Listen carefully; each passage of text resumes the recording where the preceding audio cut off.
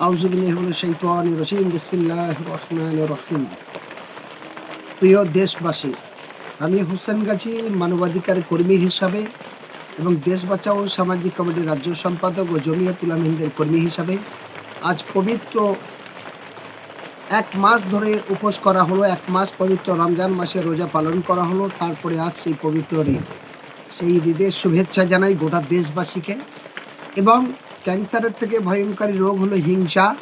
আজকে এটা প্রত্যেকটা মসজিদের ইমাম সাহেব এবং প্রত্যেকটা ঈদগাহাতে ইমাম সাহেব বলেছেন,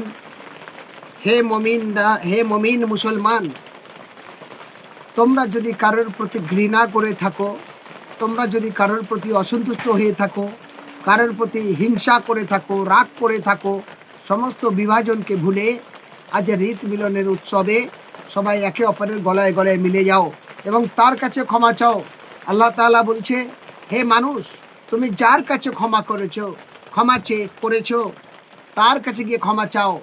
যার কাছে তুমি অন্যায় করেছো তার কাছে গিয়ে মাফি চাও। বলো যে আমি যে অতীতে জেনে অজেনে যে ভুল করেছি, আল্লাহর হস্তে আজ পবিত্র দিনে আমি ক্ষমা চাইছি, তুমি আমাকে ক্ষমা করে দাও। ফলে এটা মুসলমানদের ইমানের একটা অঙ্গ। এই জায়গা দাঁড়িয়ে কে হিজবুল্লাহ, কে তবলিগ, কে আজানগাছি, কে আল হাদিস, কে ইত্যাদি ইত্যাদি এগুলো দেখার প্রয়োজন নয়। আমরা মুসলমান, আমরা হারাম হালাল বেছে চলি।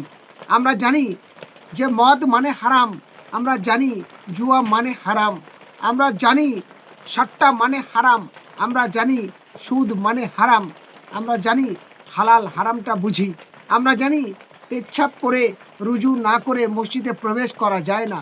আমরা জানি বিনা রুজুতে নামাজ হয় না। তাহলে আমরা যদি হুঁশ আমাদের এতটুকু থাকে, তাহলে আমরা মানুষ হিসাবে একটা মানুষকে কিভাবে হত্যা করি? এ তো আরও বড় বেয়াদবির কাজ, এ তো আরও বড় মুনাফিকের কাজ, এ তো আরও বড় কাপুরুষের কাজ। সুতরাং আজ রাজনীতির স্বার্থে সিদ্ধি করার জন্য একটা শ্রেণীর মানুষকে প্রাণ হত্যা করে দিচ্ছে, মানুষকে খুন করে দিচ্ছে, মানুষকে লুটে নিচ্ছে, জোরপূর্বে দখল করে নিচ্ছে। প্রিয় দেশবাসী, আমি হোসেন গাজী তোমাদের অনেক ভালোবাসি। আল্লাহ তাআলা বলছে, হে মানুষ, তুমি চিরদিন বাঁচবে না, একদিন না একদিন তোমার পরকালে চলে যেতে হবে। সেদিন কাল কিয়ামতে রোজ হাসুরকে কি জবাব দেবে? তাই আমি একজন অধম গুনাহগারী পাপী আজ পবিত্র ঈদের দিনে, এই পবিত্র ভালোর দিনে, যে আল্লাহ তাআলা বলছে, হে মমিন মুসলমান, তুমি তোমার ইমানকে বজায় রাখার জন্য সোনা দানা গাড়ি বাড়ি জীব জন্তু পশু পাখি কেউ চিরদিন বাঁচবে না, সবার একদিন না একদিন এই পৃথিবী ছেড়ে চলে যেতে হবে। সুতরাং যতদিন তুমি আছো, খালি আমার করো না। তোমার পাশের একজন অসহায় গরিব মানুষ, ক্ষুধার্ত মানুষ না খেয়ে মরছে, তোমার পাশে একজন অসহায় বস্ত্রহীন মানুষ নতুন পোশাক পরতে পারছে না, একটা বস্ত্র দাও। বারবার তারাবির নামাজের সময় ইমাম সাহেব প্রতি জুম্মায় বারবার মুসলমানদের এই সমস্ত কথাগুলো স্মরণ করিয়েছে। আজ ইমামদের কথা শোনা হচ্ছে না, আজ সেই হাদিস কোরআনের ব্যাখ্যা কথাগুলো শোনা হচ্ছে না, সবাই সেই দায়িত্ব পালন করতে পারছি না। আমরা বিভিন্ন রাজনৈতিক হিংসায় রাজনৈতিক ক্ষমতা পাওয়ার জন্য আমি আমার ইসলামকে বিকৃতি করে দিচ্ছি, আমি আমার ইসলামকে পদধূলি করে দিচ্ছি। আজ আমি মুসলমান, আমার মধ্যে যে ইমান থাকা দরকার সেই ইমানটুকু হারিয়ে ফেলছি। তাই প্রিয় দেশবাসী, মুসলমান ভাই ও বন্ধুরা, মনে রাখেন, আমি একটা গুনাহগারী অধম পাপী বান্দা হিসাবে আপনাদের কাছে করজোড়ে আজ পবিত্র ঈদের দিনকে অনুরোধ রেখে বলছি, আমার দেশবাসী, আমি তোমাদের অনেক ভালোবাসি, তাই দেশ থেকে একটু সতর্ক হন। আল্লাহ তাআলা বলছে, হে মানুষ, তোমার মধ্যে মানবিকটা রাখো, তোমার মধ্যে হুঁশটা রাখো, তোমার মধ্যে মানবিকটা জাগাও, তাই অসহায় মানুষকে সাহায্য করো।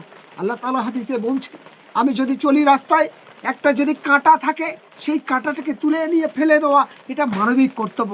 কারণ তুমি চলে গেলে কোনো নারী, কোনো পুরুষ, কোনো বাচ্চা, কোনো শিশুর ওই কাঁটাটা ঢুকে সে আক্রান্ত হতে পারে। আল্লাহ তাআলা বলছে, এটাও একটা স্বভাবের কাজ।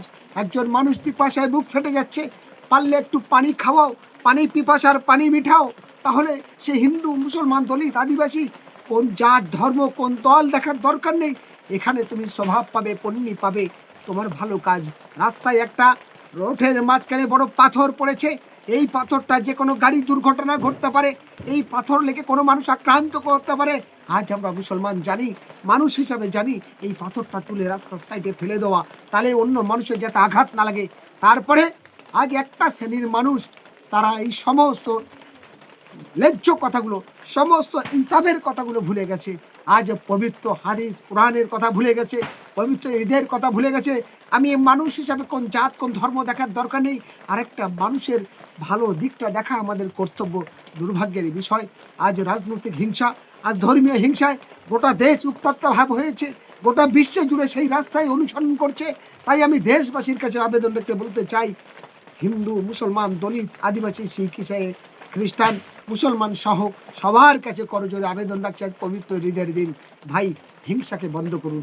ক্যান্সারের থেকে ভয়ঙ্কর রোগ হলো হিংসা, হিংসাকে দমন করুন। ভাই একে অপরের মিলান, একে অপরের ভাই মিলেমিশে চলুন। তাই ভগবান ঈশ্বর আল্লাহ বলছে, হে মানুষ, তুমি পৃথিবীর যতগুলো প্রাণী আছে সবার শ্রেষ্ঠ হলো তুমি। তাই মানুষ সারা পৃথিবী ঘুরতে পারে, মানুষের দুঃখ কষ্ট অন্যকে বলতে পারে। আমি বারুইপুর পশ্চিম বিধানসভা কেন্দ্রের প্রার্থী হিসাবে আমি গোটা দেশবাসীর কাছে আবেদন রাখছি, একটা নতুন পথ, নতুন মতে স্মরণ হয়ে আমরা দাঁড়িয়েছি। আমরা চাই ক্যান্সারের থেকে ভয়ঙ্কর রোগ হলো হিংসা, হিংসাকে দমন করতে। আমরা চাই, আজ পবিত্র দিনে ওয়াদা করে বলছি, আমরা চাই মানুষকে উন্নয়ন করে গড়ে তুলতে, বেকার সমস্যার সমাধান করতে, বেকার তৈরি করা না, বেকারের কর্মস্থানের জায়গা করা। তার বৃদ্ধ বাবা মা, তার বাড়ির পরিবার, ছেলে মেয়ে সকলের সুখ শান্তি জীবনযাপনের জন্য অনেক রকম চেষ্টা করলে তার উপার্জন করা হয়। দুর্ভাগ্যের বিষয়, আজ পবিত্র ঈদের দিন বলতে বড় দুঃখ লাগে, বলতে বড় লজ্জা লাগে। আপনারা দেখেছেন অনেকগুলো বিধায়ক তারা টিকিট পায়নি, আর অনেক নতুন মুখ এসছে।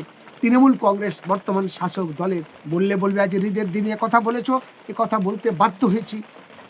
আমরা দেখলাম, যদি বলি বাসন্তী, সে বিধানসভার টিকিট নিতে গেলে কত দিতে হলো? 20 কোটি টাকা। যদি বলি ক্যানিং পশ্চিম, কত দিতে হলো? কমসে কম 16 কোটি টাকা। আপনারা জানেন ক্যানিং পূর্বে 35 কোটি টাকা। এরকম ধরনের কোটি কোটি টাকা দিয়ে তবে তৃণমূলের টিকিট পেতে হচ্ছে। ফলে সেই টাকাটা কোথায় পাবে? কি করে দিল? জমি বিক্রি করে, বাড়ি বিক্রি করে, এখানে ওখান থেকে নিয়ে দিয়েছে। তাহলে সেই মানুষ যদি ভোটে যেতে নির্বাচিত হয়, রাস্তার টাকা খাবে না, দুর্নীতি করবে না। পঞ্চায়েত প্রধান 10 লক্ষ 20 লক্ষ টাকা দিয়ে প্রধান হয়, জেলা পরিষদ পঞ্চায়েত সমিতি কোটি কোটি টাকা দিয়ে, লক্ষ লক্ষ টাকা দিয়ে টিকিট দিতে হয়। ফলে তারা দেশের ভালোটা কী করে বুঝবে? তাই প্রিয় দেশবাসী, এই দেশ রক্ষা করা আমাদের দায়িত্ব, এই দেশ আমাদের রক্ষা করা আমাদের মানবিক কর্তব্য, দেশের সংবিধান ও গণতন্ত্রকে বাঁচানো আমাদের কর্তব্য, মানুষ হয়ে মানুষের পাশে দাঁড়ানো আমাদের কর্তব্য। সরকারি অর্থ, ট্যাক্সের টাকা তছনছ হচ্ছে, স্বার্থ সিদ্ধি এগুলো রোখা আমাদের দায়িত্ব। তাই দেশ হিংসামুক্ত সুষ্ঠু সমাজ গড়ার জন্য আমি বারুইপুর পশ্চিম বিধানসভা কেন্দ্রের সকল মানুষকে শুভেচ্ছা জানাই। গোটা দেশের সমস্ত জাতি ধর্ম বর্ণ নির্বিশেষে সকলকে শুভেচ্ছা জানিয়ে দেশের সঠিক স্বাধীন ও গণতন্ত্রকে রক্ষা করুন, দেশের সংবিধানকে বাঁচান, দেশের অবাধ সুষ্ঠু নির্বাচনের জন্য রাষ্ট্রপতি শাসন জারি করে নিরপেক্ষভাবে ভোট করা দরকার, এবং সব মানুষ যাতে নিজের ভোট নিজে দিতে পারে সেই স্বৈরাচারিতা রুখে সেই আবেদন আমি দেশবাসীর কাছে রাখছি। সাথে প্রত্যেকটা প্রশাসনিক ডিপার্টমেন্টের মানুষের কাছে রাখছি। তার সাথে নির্বাচন কমিশনার উচিত যে নিরপেক্ষভাবে বিশ্লেষণ করে নিরপেক্ষভাবে ভোট করার জন্য সমস্ত রকম প্রস্তুতি নেওয়া তার দরকার। এই বলে দেশবাসীকে আজ পবিত্র ঈদের দিন শুভেচ্ছা জানিয়ে আমি আমার কথা শেষ করছি। মনে রাখুন, শিক্ষা, স্বাস্থ্য, কর্মস্থানে বাস্তবায়িত করার জন্য, বেকার সমস্যার সমাধান করার জন্য, প্রত্যেক নারী পুরুষ সকলের সমান অধিকার পাওয়ার জন্য, ন্যায় ইনসাফ বিচার পাওয়ার জন্য আমাদের মতো সমস্ত প্রতিবাদী মানুষগুলোকে সঠিকভাবে ভোট দেবেন। আর যারা স্বার্থ সিদ্ধির জন্য, অর্থগতি ক্ষমতার লোভের জন্য এসেছে, যারা খুন সন্ত্রাস করে কোনো রকম ক্ষমতা পেতে চলেছে, কোটি কোটি টাকা ঘুষ দিয়ে যারা টিকিট নিতে চেয়েছে, এইসব মানুষগুলো থেকে সাবধান না থাকলে দেশ কিন্তু আগামী দিনে আরও ভয়ঙ্কর বিপদে পড়বে, আরও দেউলিয়া হবে, আরও সর্বনাশ আসবে। ফলে উন্নতি কিছু হবে না। হয়তো কিছু চেলা চামটা তাদের জন্য বাড়ির পর বাড়ি পাবে, সরকারি সমস্ত অনুদান পাবে, সরকারি সমস্ত সাহায্য পাবে। সাধারণ যারা নিরপেক্ষ মানুষ তারা কিন্তু সমস্ত অধিকার থেকে বঞ্চিত হবে।